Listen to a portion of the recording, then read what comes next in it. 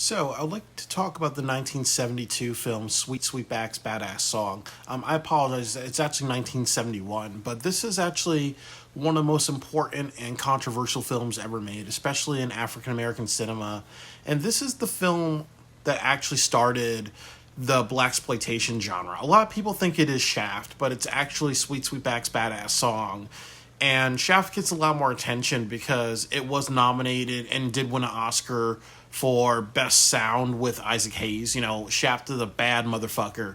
That's where that comes from. But also, it was commercial. It was more commercially successful. So, Shaft unfairly gets recognition for being the first blaxploitation film when it's actually Sweetback's Badass Song.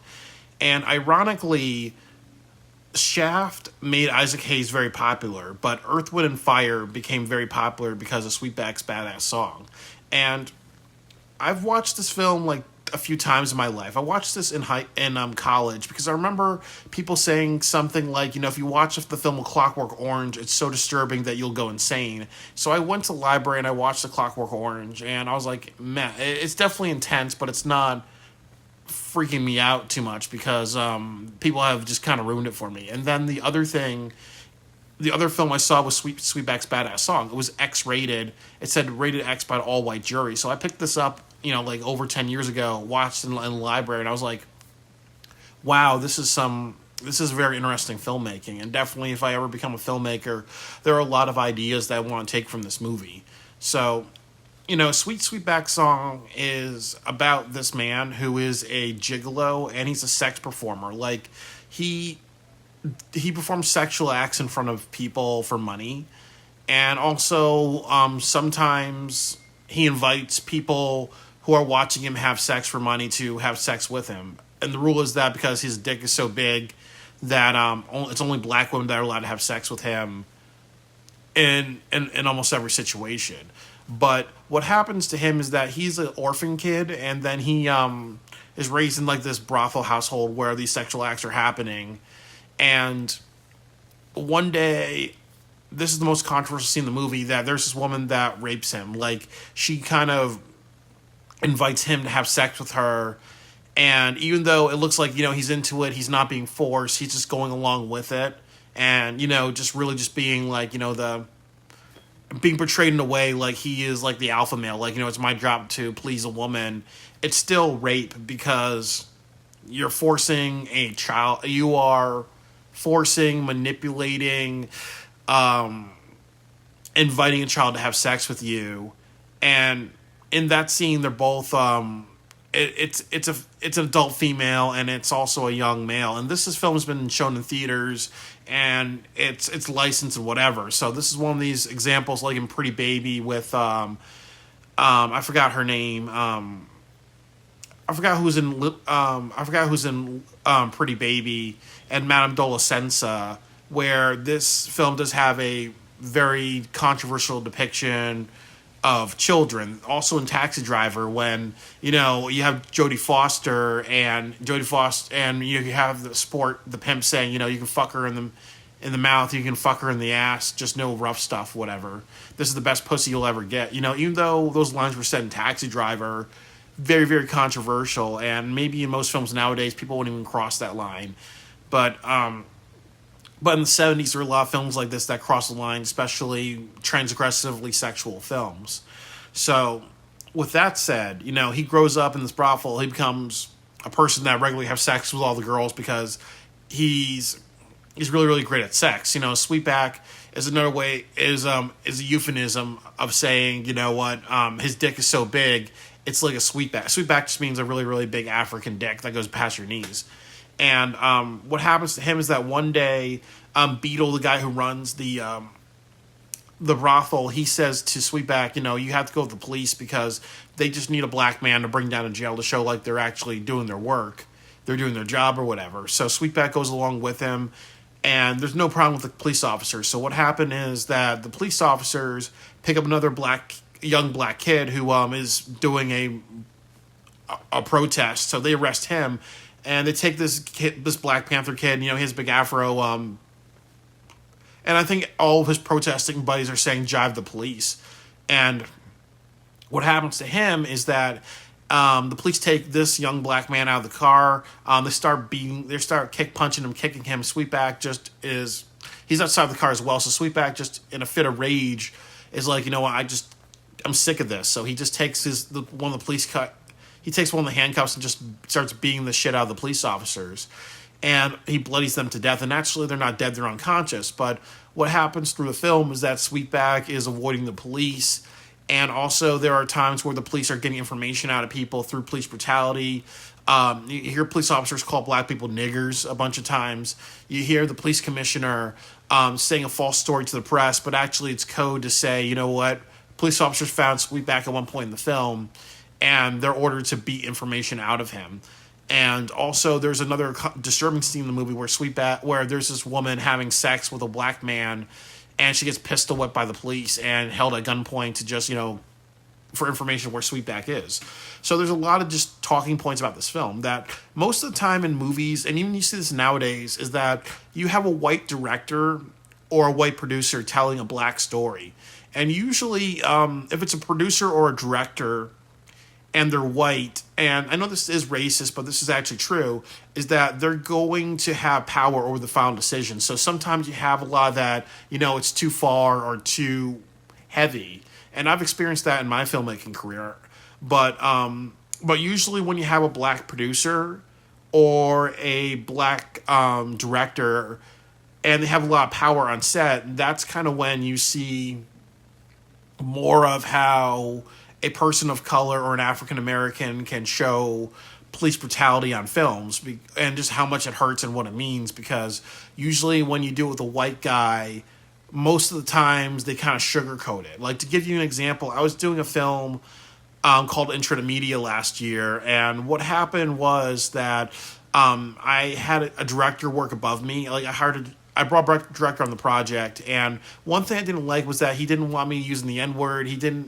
I also based the story on the time that I went to a Pep Boys and they were frisking us because they thought me and my brother stole a tire iron and other things. So there was a lot of just that, just removing the intensity, or, you can't talk seriously about racism and use the N-word or whatever. There was a sense of just softening it. And I remember doing another film where I wrote a script and I showed a bunch of my white friends, and they all kind of had that, you're kind of making it that all the police look bad. You need to have a police officer character that looks kind of like nice and whatever. So I've experienced that type of, and I'm multiracial, by the way. I'm not black, but I'm multiracial. I'm 20% from the Congo, over 70% white, and just part Native American. But I've definitely been called a nigger many times by white people. I don't get white privilege, and in the film business, I remember people always pointing their finger at me and be like, that's a black man, that's a black man. And I've experienced my fair share of racism as a director and as a filmmaker. And I also just know what it's like when white people treat me badly. I'm not, I get nigger treatment. I don't get white privilege. I get nigger treatment.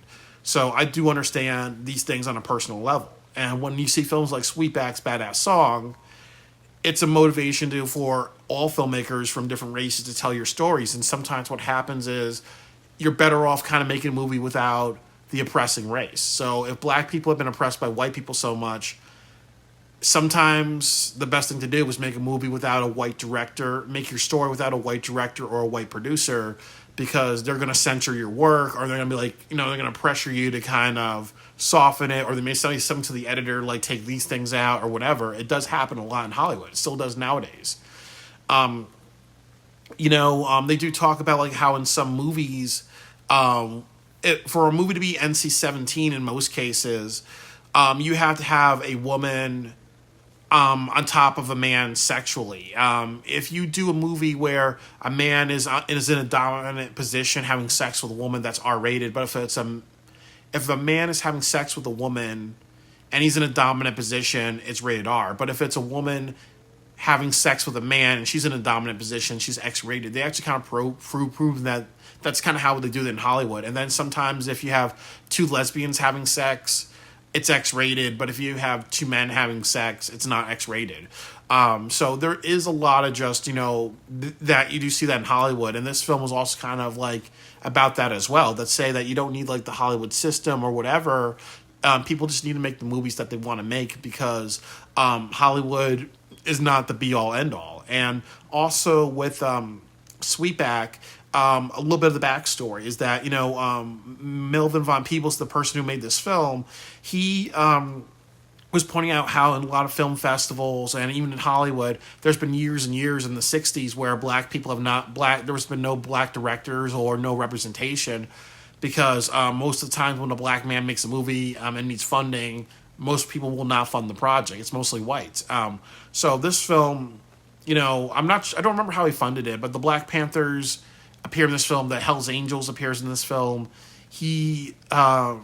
Melvin Von Peebles, he appears in this film. I'm not sure how he got the money. He has a son. He has a lot of family members. He has a lot of people that he knows and whatever. But he was really, really motivated just by just making a film that about black director and their looks at racism. And one of the things about this film, and this is a spoiler alert, is that at the end of the film, one of the characters who commits a crime that's black actually gets away with it. Because in a lot of films, and that was part of the Hays Code and other rules, is that if there's a black character and they commit a crime, they have to be punished or murdered by the police, just to kind of show, an example of morality. In a lot of other films, like Scarface or Casablanca or other movies, you see many white characters do bad things through the movie, and sometimes they get away with it and sometimes they don't. But it's always like if a black man does anything wrong in films, he has to be murdered by the police or arrested or made an example of. That's kind of was like one of the rules of old films. And this was like the first film to say that, okay, well, if black characters can do bad things, but they can also, just like white people, not be punished for their actions, because like that's realistic, but also it's the whole point of the film is that, if white people and white police officers want to do corruption, police brutality, murder, assault on people who are naked, and also beat up people who are white, who are part of interracial relationships, it's a world of corruption. The same way Sweetback and other people have corrupted ethics. Even though he kills somebody even though he beats two police officers to a point of unconsciousness, he is still a person with corrupted ethics. So, but and that doesn't make any sense. How can you have white police officers with corrupted ethics and they're always getting away, and they're always looked at as heroes in every movie, but you can't have a black guy who has corrupted ethics getting away with something and looked at as a hero? I would say in both cases are anti-heroes. I just think that the fairness argument is definitely there. But definitely in the 1970s, a lot of films came out that really challenged ethics, and like some of them are like Taxi Driver, where you have a mentally ill person being a vigilante. You have films like Sweetback's Badass Song, Coffee, Foxy Brown, and a lot of other ones as well, where you have characters who do bad things, but they're actually the heroes of the movie. And even in Shaft, like the Detective Shaft, like obviously he breaks the law, he takes things a little too far, but he's still like portrayed as the hero.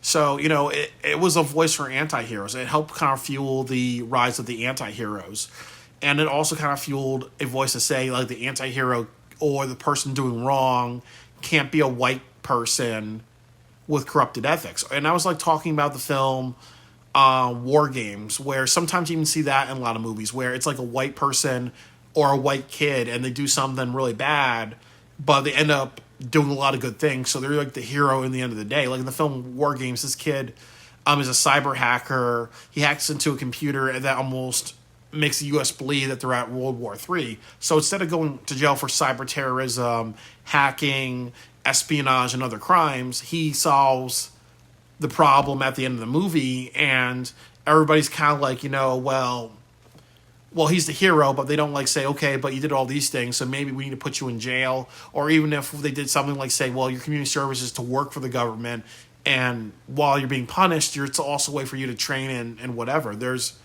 a lot of times you see like the white people get away with a lot of stuff in films, and especially in old movies. But nowadays, we're at a point where everybody has to be held accountable for their behavior. And if you're going to make movies about white people getting away with stuff, you have to make movies about black people getting away with stuff.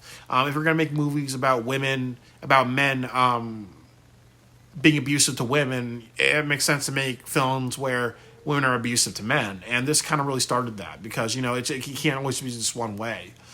So there's a lot of talking points. I think as a film, it's definitely very well made. I love the cinematography. It's a very, very gritty film. The sound design is very excellent, very under talked about. So it does make you feel unnerved that this is really just not a film that's supposed to make you feel uncomfortable because, and also when you think about Sweetback and what type of character he is, even though he's escaping the police because he committed a crime, that's how a lot of black people felt at that time. Or like you're always in fear of the police. It doesn't matter if you are a good person or a bad person, a gigolo or a person doing the right thing. You are always looked at as a nigger in this country, and that means the cops don't like you. You can be accused of a crime. You could be interrogated. You could have nothing to do with anything, but the country sees you as a nigger, and they're going to treat you like one. They're going to violate your civil rights. They're going to abuse you and whatever. And Sweetback kind of just shines some light on that. So thematically, it's a strong film. Cinematography-wise, it's a strong film. Editing-wise and experimental editing and kind of having some Andy Warhol type of looks to it, it's a strong film. The weakness of the film is it's a very repetitive movie. They repeat clips many times. There's a lot of the same type of intercutting, and many times it is the same story. Sweetback gets himself in trouble, he gets out of it. The police get close to him, he gets out of it. So I was not able to finish watching it like for the fourth time in my life because it is the same formula. Like in the movie Taxi Driver, like they said, that's the reason why I saw the scene of Sybil Shepherd talking to her boss in Taxi Driver because they can't, every scene in the movie can't be Robert De Niro. And one thing I hate about Taxi Driver is the same idea. Like in most of the scenes, you kind of hear the main theme, the saxophone main theme, and if you kind of repeat the same sequence of events in a movie, it becomes boring and unwatchable.